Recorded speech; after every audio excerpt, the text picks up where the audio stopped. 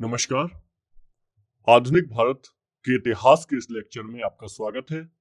आज हमारी चर्चा का केंद्र बिंदु है ब्रिटिश के द्वारा जो आर्थिक नीतियां अपनाई गई।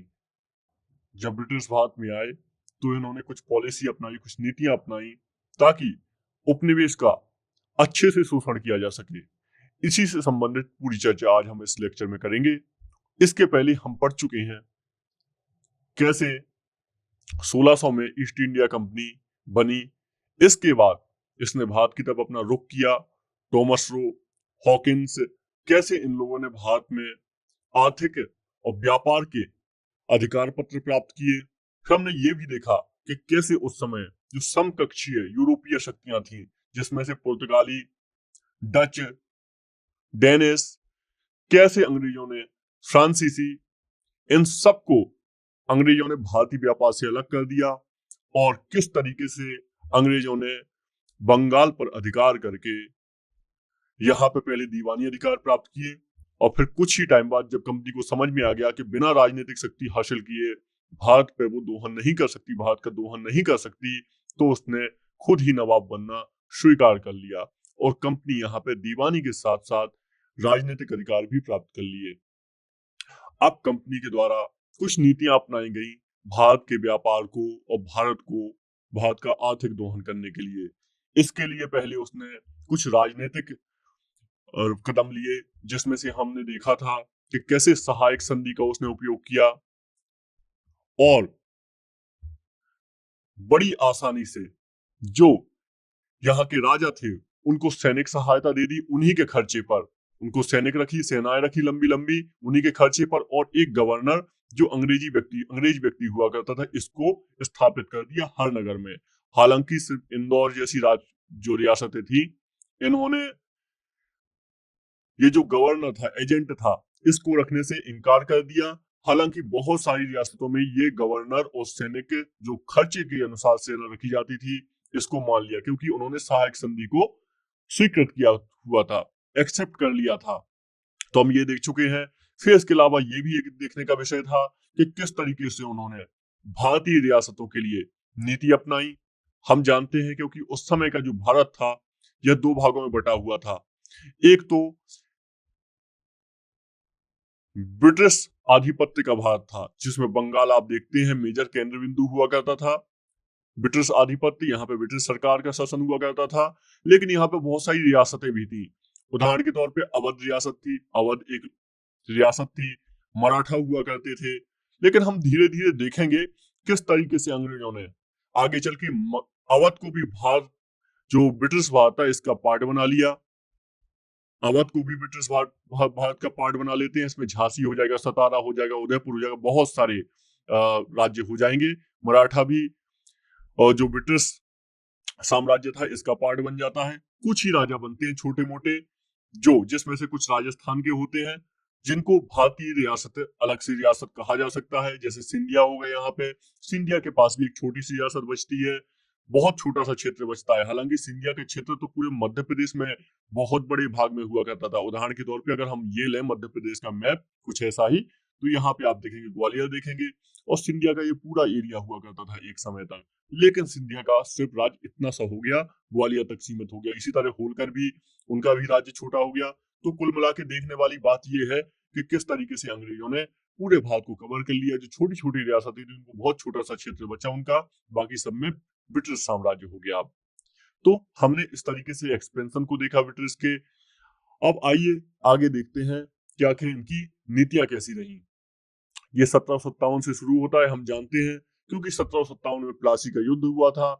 इस तिथि के बाद से ही भारत में अंग्रेजों के पांव जम गए, क्योंकि प्लासी का युद्ध उन्होंने जीत लिया था, धोखे से जीत लिया था मीर जाफर के कारण। और 1858 में 57 हमने इसलिए डेट ली है क्योंकि इसमें एक बहुत बड़ा परिवर्तन होता है। हम देखेंगे भारत का प्रथम स्वतंत्रता संग्राम होता है, जिसको विद्रोह भी कहा जाता है, 1857 का विद्रोह, लेकिन भारत का प्रथम स्वतंत्रता संग्राम कहना ज्यादा सही जान पड़ता है। आइए आगे बात करते हैं तो कंपनी रूल के बारे में कि किस तरीके से इन्होंने नीतियां अपनाई भारत के आर्थिक दोहन के लिए, क्योंकि इनका प्रमुख ही उद्देश्य था कि भारत के किस तरह इनको दोहन करना है। और जो ब्रिटेन का मात्र देश है, इसको बहुत सारा पैसा भेजना, धन भेजना है और खूब सारा पैसा कमाना है। जब हम पॉलिटी पढ़ेंगे तो हम देखेंगे भी कि कंपनी को बहुत सारा फायदा होने लगा था, लेकिन जानते थे वहां के जो संसद जानती थी, ब्रिटिश संसद, और वहां के निवेशक भी जानते थे कि कंपनी के कर्मचारी घाटा कर रहे हैं, फायदे की जगह घाटा फैला रहे हैं, इसके लिए हम पे बात फायदे की जगह घाटा दे रहे हैं। तो इसके लिए 1773 में रेगुलेटिंग एक्ट आएगा। रेगुलेटिंग एक्ट आया। फिर इसके बाद देखेंगे पिट्स इंडिया एक्ट आया। तो इस तरीके से बहुत सारे एक्ट आएंगे और ये हम पॉलिटी में देख लेंगे। वैसे इनके, क्योंकि ये राज्य व्यवस्था से ज्यादा संबंधित है, ये राज्य व्यवस्था से ज्यादा संबंधित है, हालांकि इतिहास से ज्यादा राज्य व्यवस्था संबंधित रहेंगी ये। ठीक है, तो आइए देखते हैं कि किस तरीके से उन्होंने एक्सप्लॉइटेशन किया। तो ये एक्सप्लॉइटेशन पहली बार 3 चरणों में हुआ। ये एक्सप्लॉइटेशन अंग्रेजों के द्वारा 3 चरणों में किया। इसके लिए विभिन्न नीतियां अपनाई गई, क्योंकि जानते हैं हम शुरुआत में अंग्रेजों के कदम बहुत ज्यादा स्थिर नहीं हो पाए थे भारत देश में, इसलिए उन्होंने जितने भी निर्णय लिए इस तरीके से लिए कि उनको लगे, कि भारतीयों को लगे नहीं ये तो हमारे हिमायती हैं, हमारे लिए बहुत अच्छा करने आए हैं। इसके लिए कुछ प्राच्यवादी शुरुआत में आपको लोग मिलेंगे, प्राच्यवादी लोग। ये प्राच्यवादी होने का मतलब क्या था? ये भारतीय इतिहास, भारतीय दर्शन, भारतीय साहित्य को बहुत ज्यादा तवज्जो देंगे। ये कहेंगे कि भारतीय साहित्य बहुत विशाल है, जबकि आगे चल के आप देखेंगे तो और दूसरे राइटर आ जाएंगे जो उदारवादी होंगे। उदारवादी जिसमें एक मैकाले का नाम प्रमुख होगा। मैकाले कहेगा यहाँ पे कि, कि यूरोप की अगर हम एक किताब को ले लें और भारतीय साहित्य की पूरी लाइब्रेरी को ले लें तो ये बराबर है। भारतीय साहित्य इतना घिसा पिटा है, इतना बेकार है कि यूरोप की एक किताब की बराबरी नहीं कर सकता। आगे चल के ऐसा आपको देखने को मिलेगा, लेकिन हाल फिलहाल तो यही देखने को मिलेगा कि भारत बहुत महान है। इसके अलावा एक और इन यहाँ पे चीज देखने को मिलेगी कि ये भारत के लोगों के विकास करना चाहते हैं, उनके लिए काम करना चाहते हैं। तो इसके लिए क्या कहेंगे? वाइड वर्ल्डन थ्योरी देंगे। इसका मतलब क्या होगा कि ये तो यूरोपियों के ऊपर भार है भारत, यहाँ के लोगों को सभ्य बनाना। तो इस तरह की बात करेंगे। खैर हम उसको पुनर्जागरण में समझेंगे, जो भारत का पुनर्जागरण होगा।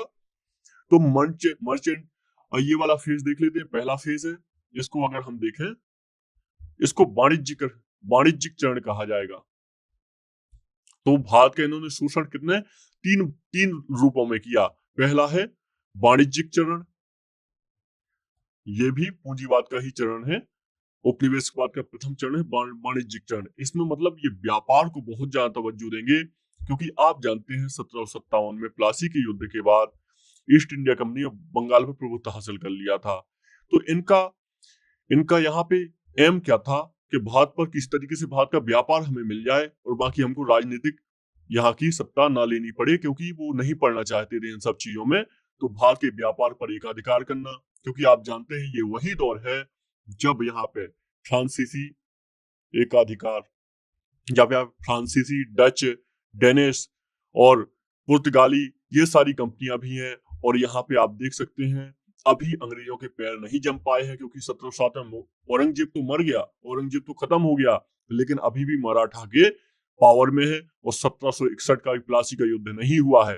तो इस समय अंग्रेज कुछ ज्यादा बड़े डिसीजन नहीं ले सकते हैं, क्योंकि मराठा शक्ति भी है अभी बहुत बड़ी भारत में।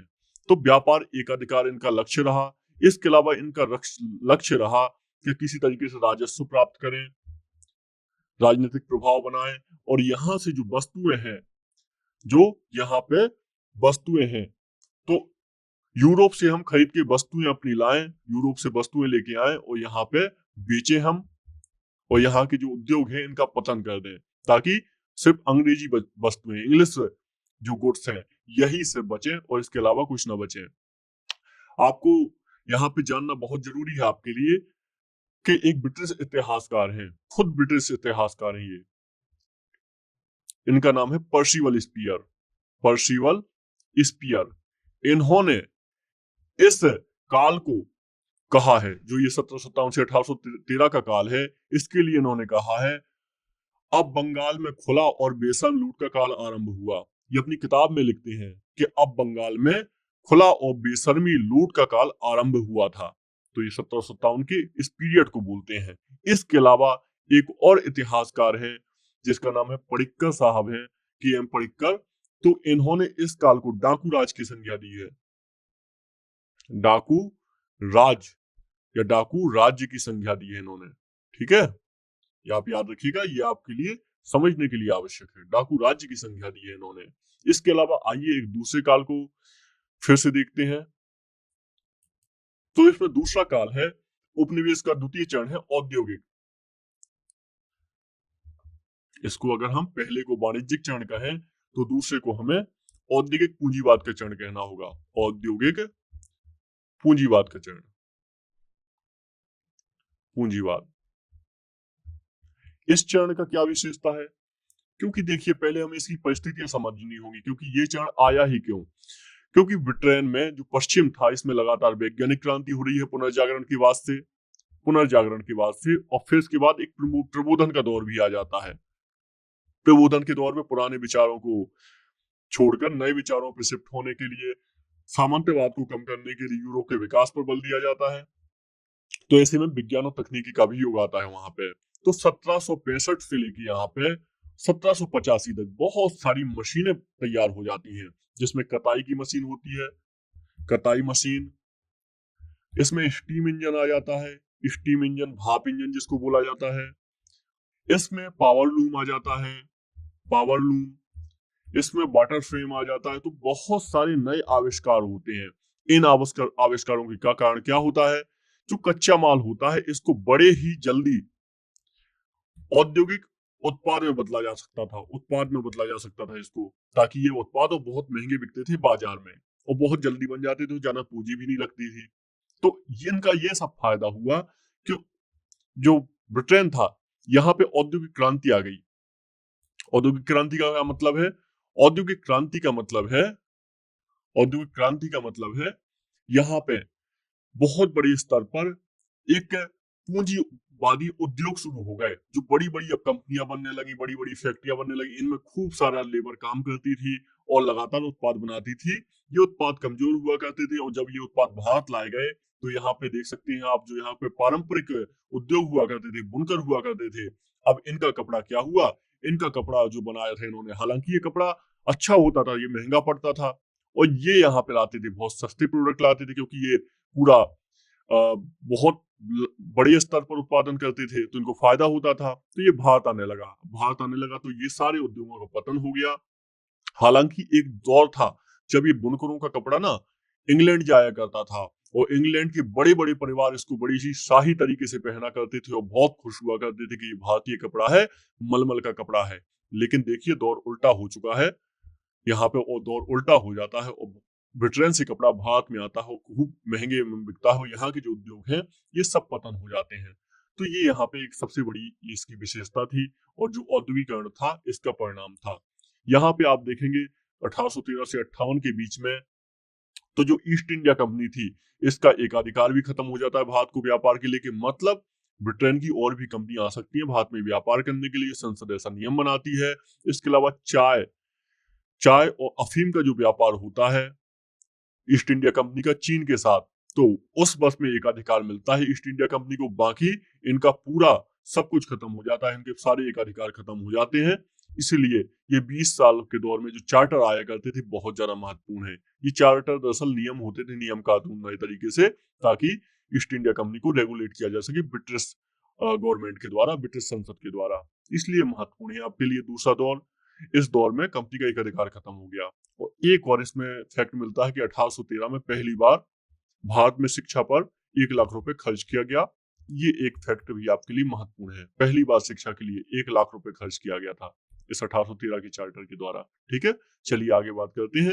एक तीसरे फेज की हम बात करते हैं। तो इसका तीसरा चरण है वित्तीय पूंजीवाद का चरण। आपने 2 चरण देख लिए हैं, जिसमें वाणिज्यिक चरण देखा, दूसरा देखा औद्योगिक चरण, और तीसरा है ये वित्तीय पूंजीवाद का चरण। ये क्या है वित्तीय पूंजीवाद का चरण? ये और भी खतरनाक है। हालांकि इन दोनों में वस्तुओं का व्यापार हुआ करता था और भारत में अपने उत्पादों को भारत में बेचना था। हालांकि लेकिन आप देखते हैं बहुत सारे प्रॉब्लम आए यहाँ पे उन्होंने, क्योंकि उनकी आलोचना भी की गई, विदेशी मीडिया में भी आलोचना की गई। कार्ल मार्क्स ने यहाँ पे बोला था एक बार, कार्ल मार्क्स ने बोला था विश्व के कपड़े का घर, भारत के लिए बोला था विश्व के कपड़े का घर विदेशी कपड़ों से तर हो गया, मतलब भर गया। तो ये कार्ल मार्क्स ने इसके बारे में कोट भी किया था, जिस तरीके से लूट खसोट मचाई थी अंग्रेजों ने हमारे देश में। तो ये वित्तीय पूंजीवाद का आता है दौर। इसमें क्या होता है, बहुत सारी कंपनियां भारत में खुल जाती हैं और ये लगातार, जैसे रेल प्रोजेक्ट बेचने हैं, कुछ भी बेचने हैं, कुछ भी बिछाए जाने हैं, तो इस पे ब्रिटेन के लोगों से ऋण लिया करती थी। इसके बाद उस ऋण पे भी खूब अच्छा ब्याज लगाकर, कई गुना ब्याज लगाकर उनको वापस पैसा किया करती थी। उदाहरण के तौर पे ये भारत है, ये ब्रिटेन है। यहाँ के लोगों ने भारत में पैसा लगाया ताकि यहाँ पे रेल लाइन बिछ जाए और इस पैसा से हमें आगे चल के फायदा हुआ, हमें ज्यादा पैसा मिलेगा। लेकिन जो भारत से ब्रिटेन के लोगों को वापस पैसा जाता था ना, ये कई गुना जाता था। जैसे उन्होंने 100 रुपए दिए तो कह दो आप 500 रुपए मिले उनको। तो इस तरीके से शेयर बहुत ज्यादा महंगे हो जाते थे। आप देख रहे हैं वित्तीय शब्द लिखा है यहाँ पे, फाइनेंस, फाइनेंशियल, तो ये अपने आप में बहुत ही महत्वपूर्ण शब्द है। और कुल मिला के इस तरीके से जो भारत का जो पैसा था, भारत की जो मुद्रा थी, वो भी कमजोर हो जाती है और भारत में बहुत सारी समस्याएं आ जाती हैं। इसलिए इसको वित्तीय पूंजीवाद का दौर इसको कहा गया है। ये काफी खतरनाक था। आगे चल के आप देखेंगे दादा भाई नौरोजी के बारे में। दादा भाई नौरोजी के बारे में सुनेंगे। इन्होंने इसी, जो ये हमारे देश में लूट खसोट चल रही थी, इसी को इन्होंने कहा है ड्रेन ऑफ वेल्थ।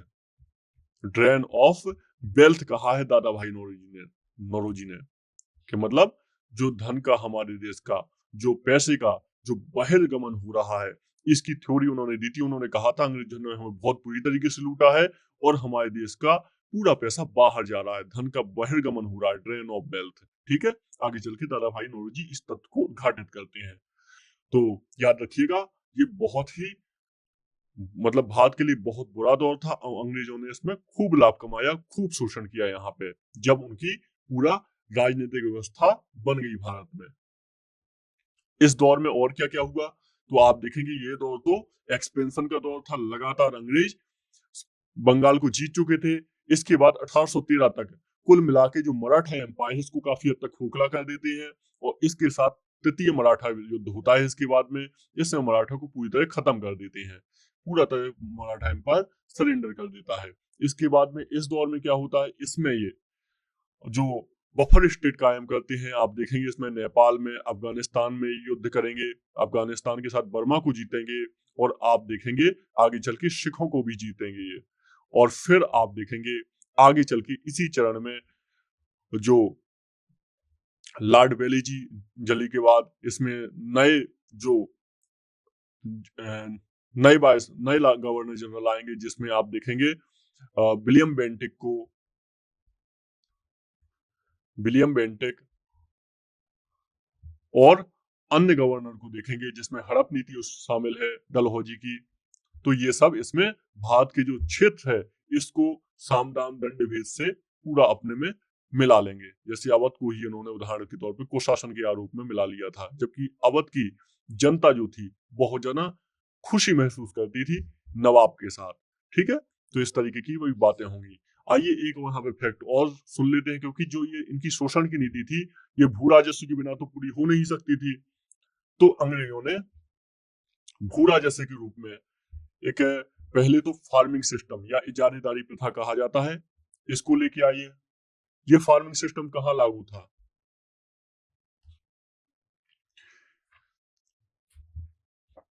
ये फार्मिंग सिस्टम ये वॉरेन हेस्टिंग लेके आया था। वॉरेन हेस्टिंग बंगाल में लेके आया था। तो वॉरेन हेस्टिंग ने इसको बंगाल में शुरू किया था। इस व्यवस्था में क्या हुआ करता था, जो रैयत होते थे, किसान हुआ करते थे, इनके ऊपर एक जमींदार बिठा दिया जाता था। ये जमींदार एक स्थायी रकम देने के लिए कंपनी को बाध्य हुआ करता था और कंपनी के पास ही पैसा जाया करता था। लेकिन इससे क्या हो गया, कंपनी को घाटा क्या हुआ, जमींदार जितना पैसा देना था उतना पैसा देते थे जितना तय था, लेकिन बाकी का पैसा अपने पास रखते थे। इससे ये बहुत ज्यादा अमीर होते जा रहे थे। तो आखिरकार ये भू राजस्व की एक पद्धति हुआ करती थी। इसके बाद एक दूसरी पद्धति आती है, एक दूसरी पद्धति इसके बाद आती है, ये हो जाएगी फार्मिंग सिस्टम, ये हो गया। अब इसके बाद हो जाएगा स्थायी इस्ततमदारी व्यवस्था। स्थायी इस्तत, एक सेकंड रुकिएगा जरा, स्थायी इस्तमरारी व्यवस्था, इसको क्या कहेंगे, इसको स्थायी जमींदारी व्यवस्था भी कहेंगे इसको। इसमें क्या हुआ करता था, इसमें जो ये कार्नवालिस थे ना, कार्नवालिस ने ये व्यवस्था लागू की थी। इसमें 10 वर्षीय भू राजस्व, जो भू राजस्व हुआ करता था, इसको 10 वर्ष के हिसाब से डिवाइड किया गया कि 10 वर्षीय की डेट लागू कर दी गई। इसमें एक टाइम पीरियड लागू कर दिया गया, ठीक है। इसे मालगुजारी व्यवस्था भी इसलिए कहते हैं, जबकि पहले वाले में क्या था, भू राजस्व वसूली का ठेका दे दिया जाता था बोली लगाने वाले को। इसमें तो इस व्यवस्था में याद रखिएगा, एक जमींदार टाइप का व्यक्ति बीच में आ जाता था जो इनको लगान इकट्ठा करता था। लेकिन थोड़ा सा याद रखिएगा, ये समझाने के लिए था, यहाँ पे प्रॉपर जमींदार नहीं था, इसमें बोली लगाने वाले ठेकेदार हुआ करते थे जो किसानों से लगान वसूल करके कंपनी को दिया करते थे। लेकिन इसमें जो वॉरेन हेस्टिंग थे, इन्होंने जमींदार को यूज नहीं किया, जमींदार शब्द को। इन्होंने कहा कि जमींदार अगर बीच में आ जाएंगे तो कंपनी को बहुत ज्यादा घाटा होगा। तो ये दोनों का अंतर याद रखिएगा आप, ठीक है। फिर इसके बाद हम आगे चलते हैं, चलिए। इसके बाद हम देखते हैं कुछ नई प्रणालियों को, जिसमें एक नई प्रणाली है रैयतवाड़ी व्यवस्था। रैयतवाड़ी व्यवस्था, इस व्यवस्था में क्या हुआ करता था, इस व्यवस्था में पंजीकृत रूप से जो भूमि का स्वामी हुआ करता था, कोई खेत का स्वामी है तो इसी को मुख्य किसान माना गया था। और इसमें क्या हुआ करता था, रैयतवाड़ी व्यवस्था में क्या किया जाता था, रैयत जो होता था ये एक्चुअली में क्या किया करता था, सरकार को राजस्व दिया करता था, सरकार को राजस्व प्रदान किया करता था। इस व्यवस्था को 1820 में मद्रास में लागू किया गया था, 1825 में इसको पूरे दक्कन में लागू कर दिया गया, पूरे दक्कन में इस व्यवस्था को लागू कर दिया गया। ये आप याद रखिएगा, ठीक है। बाकी एक फैक्टोरिस के बारे में याद रखिएगा, इस व्यवस्था को लागू करने का श्रेय किसको जाता है, टॉमस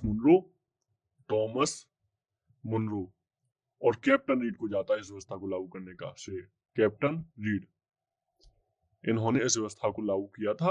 और ठीक है, तो ये रैयतवाड़ी के बारे में एक इंपॉर्टेंट फैक्ट है। इसमें बस फायदा क्या हुआ, जो किसान है इससे प्रत्यक्ष रूप से लगान लिया गया। हालांकि किसान लगान नहीं दे पाता था तो उसको भूमि से बाहर कर दिया जाता था, उसको बहिष्कृत कर दिया जाता, वंचित कर दिया जाता था। तो व्यवस्था पहले की व्यवस्था की तुलना में थोड़ी सी सही मानी गई, लेकिन फिर भी शोषण इसमें बराबर हुआ करता था किसानों का। और एक दूसरी व्यवस्था के बारे में और बात करें हम, तो इस व्यवस्था का नाम था महालवाड़ी। ये 3 भू राजस्व व्यवस्थाएं थी। महालवाड़ी में क्या हुआ, महाल का यहाँ पे अर्थ होता था गांव, महाल का अर्थ होकर करता था यहाँ पे गांव, और इन गांवों से पूरा टैक्स लिया जाता था। इसमें हॉल्ट मैकेंजी इसको जनक माना जाता है, हॉल्ट मैकेंजी को इस व्यवस्था का। इसने 1819 के अपने प्रतिवेदन में महालवाड़ी का सूत्रपात किया और 1822 में इसको कानूनी रूप से लागू किया, जो मैकेंजी था, हॉल्ट मैकेंजी, ठीक है। इसके बारे में याद रखिए, ये लागू कहाँ हुई व्यवस्था, तो आप देखेंगे, अगर भारत का मैप देखेंगे, ये भारत का मैप है, तो इस संयुक्त प्रांत जो उत्तर प्रदेश आज हम कहते हैं, इसके आसपास में ये व्यवस्था सबसे पहले लागू की गई। मध्य प्रांत, संयुक्त प्रांत में, पंजाब में भी लागू की गई। तो अगर हम एक फेयर की बात करें तो इस व्यवस्था के अंतर्गत ब्रिटिश भारत की भूमि का 30% ये महालवाड़ी व्यवस्था से टैक्स लिया जाता था। इसमें क्या हुआ करता था, समूचे गांव का, जैसे उदाहरण के तौर पे एक पूरा गांव है, इसमें जो भी उत्पादन किया जाता था, भूस्वामी के भू राजस्व का निर्धारण संयुक्त रूप से इसमें किया जाता था। गांव के लोग अपने मुखिया, इसमें एक मुखिया हुआ करता था जो हर गांव में हुआ करता था, या प्रतिनिधि के द्वारा एक निर्धारित सीमा के अंदर कंपनी को लगान प्रोवाइड करवाया करते थे। यहाँ पे सिर्फ मुखिया शब्द आ जाता है यहाँ पे, जबकि रैयतवाड़ी में सीधे किसान से लगान लिया जाता है। बस इतना अंतर हो गया, किसान से यहाँ पे कंपनी के पास पैसा जाता था, जबकि जो स्थायी बंदोबस्त की व्यवस्था थी, इसमें किसान से जाया करता था ये पैसा कहाँ पे, जमींदार के पास, और जमींदार से पैसा जाता था कंपनी के पास। तो इतना अंतर हो गया ये, ठीक है। ये आप अंतर याद रखिएगा, आपके लिए महत्वपूर्ण रहेगा समझने के लिए। तो कुल मिलाके हम देखते हैं, हमने इतने सारे फेज देखे, आगे चल के इसी कृषि का हम वाणिज्यीकरण देखेंगे, कृषि का भी हम वाणिज्यीकरण देखेंगे। इसमें हम देखेंगे कैसे किसानों को जबरदस्ती खेती करवाई गई जाती है, उनको नील की खेती आगे चल के करवाई गई, उनको अनुबंध उनके किसी का वाणिज्यीकरण के आधार पर उनसे जबरदस्ती खेती करवाई जाती थी कि वो तंबाकू उगाएं कपास उगाएं, तंबाकू उगाएं आदि इस तरीके के काम करें।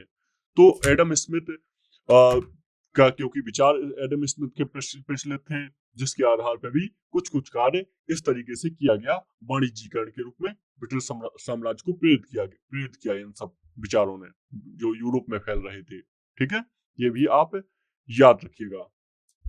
चलिए, तो इस तरीके से हम देखते हैं कि धन का बहिर्गमन शुरू हुआ और ये बहिर्गमन बहुत लंबे समय तक चलता रहा।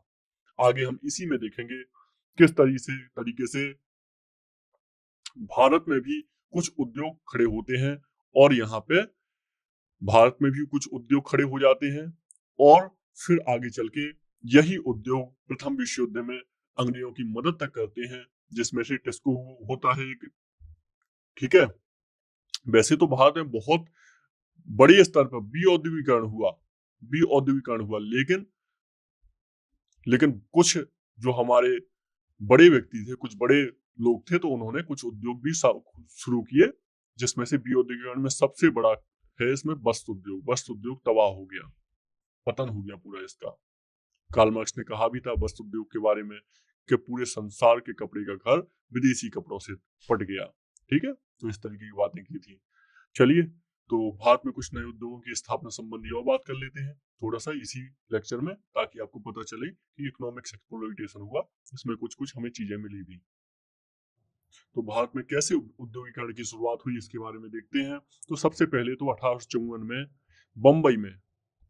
बम्बई में काओसाजी डाबर ने यहाँ पे एक Bombay spinning and weaving company शुरुआत की। ये क्या थी? ये पहली सूती वस्त्र फैक्ट्री की स्थापना थी। सूती वस्त्र फैक्ट्री की स्थापना की क्योंकि अंग्रेज से जब मशीन आ रही थी, अंग्रेज से विचार आए, तो भारत में इनका प्रभावी होना जरूरी था और होना आवश्यक भी था।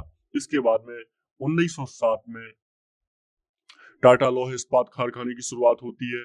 टाटा लौह, जिसको हम टेस्को बोलते हैं। 1874 में बंगाल आयरन एंड वर्क्स की स्थापना हुई। ये पहली आधुनिक लौह कंपनी थी, हालांकि उतनी बड़ी नहीं थी। और इसके बाद 1927 में फिक्की, ये फिक्की क्या है? उद्योगपति और स्वदेशी औद्योगिक संरचना के आधार पर विकास हुआ। एक्चुअली में एक कंपनी है जो हितों को देखती है, जो वाणिज्यिक चीजों से जुड़े लोग होते हैं वाणिज्यिक उद्योग से, उनके हितों को देखती है ये कंपनी।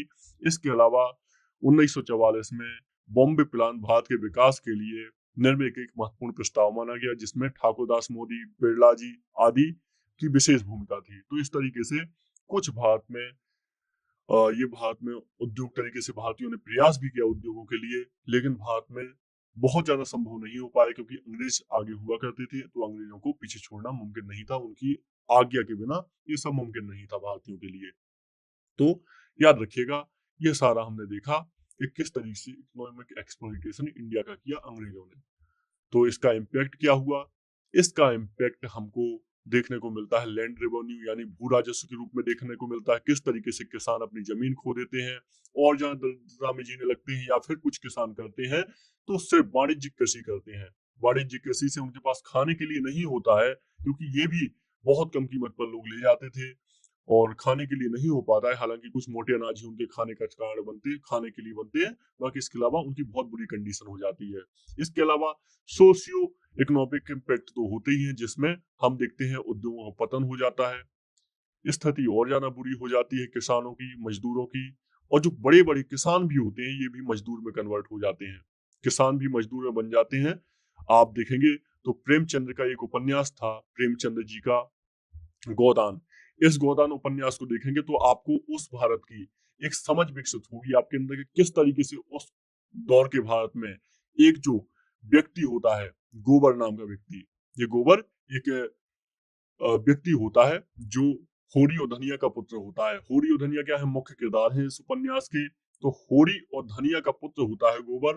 होरी किसानी करता है, लेकिन गोबर क्या करता है? गोबर उद्योगों में काम करना बहुत बेहतर समझता है, इससे उसे कुछ पैसे मिलने लगते हैं और उसको जो पैसा आने लगता है उसका, तो उसके अंदर अपने आप कॉन्फिडेंस आ जाता है। तो कहानी कहती है कि कैसे किसान मजदूरी करने को ज्यादा बेहतर मानते थे, जबकि किसानी करने को बुरा मानते थे। हालांकि इसमें देखेंगे होरी आपको देखने को मिलेगा जो कहेगा नहीं हम किसानी कैसे छोड़ सकते हैं, ये तो हमारे पूर्वजों का पेशा है, ये हमारे सम्मान का विषय है, वगैरह वगैरह, इस तरह की बातें करेगा। तो उस काल के भारत के चित्रण को समझाती है प्रेमचंद का गोदान, ये किताब समझाती है। ठीक है, याद रखिएगा। तो हमने इस लेक्चर में हमने जाना कि सोशियो एंड इकोनॉमिक्स किस तरीके से भारत में प्रॉब्लम हुआ और भारत में और ये समस्याएं कैसे जुड़ी।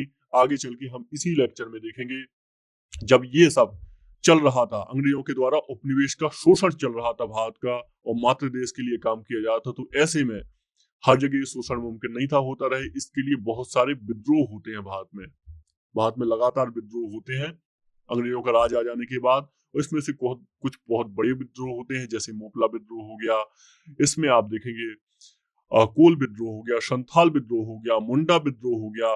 तो इन सबको हम देखेंगे और आगे चल के इसी की चरम परिणति आपको मिलेगी 1857 के महाविद्रोह के रूप में, जब होगा भारत का प्रथम स्वतंत्रता संग्राम आपको देखने को मिलेगा संग्राम। ठीक है, तो ये आप याद रखिएगा इन सब बातों को। चलिए तो मिलते हैं नेक्स्ट लेक्चर में। नमस्कार।